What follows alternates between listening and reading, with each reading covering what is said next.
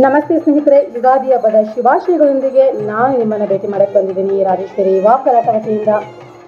ಇನ್ನೇನು ಬೇವು ಬೆಲ್ಲವನ್ನು ಹಂಚೋದಕ್ಕೆ ತಿನ್ನೋದಕ್ಕೆಲ್ಲ ತಯಾರಿದ್ದೀರಾ, ಮತ್ತು ಇನ್ನೇನು ಒಬ್ಬಟ್ಟು ಸಹ ತಯಾರಿ ಮಾಡ್ತಾ ಇರ್ತೀರಾ. ಹಾಗಾದರೆ ಈಗ ನಾವು ಬೇವು ಬೆಲ್ಲವನ್ನು ತಿನ್ನುವಾಗ ನಾವು ಹೇಳಬೇಕಾದಂತಹ ಒಂದು ಚಿಕ್ಕ ಶ್ಲೋಕವನ್ನು ಕೇಳ್ತಾ ಈ ಒಂದು ವಿಡಿಯೋನ ಮುಂದುವರ್ಸೋಣ.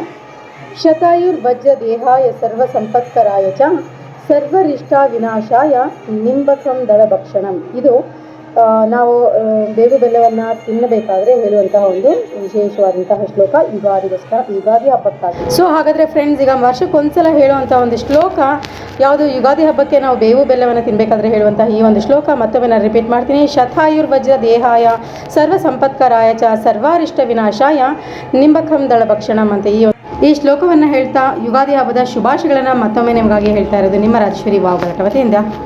ತಪ್ಪದೆ ಲೈಕ್ ಮಾಡಿ, ಶೇರ್ ಮಾಡಿ, ಕಮೆಂಟ್ ಮಾಡಿ ಮತ್ತು ಸಬ್ಸ್ಕ್ರೈಬ್ ಮಾಡಿ ನೋಡಿ. ಯುಗಾದಿ ಹಬ್ಬದ ಶುಭಾಶಯಗಳು.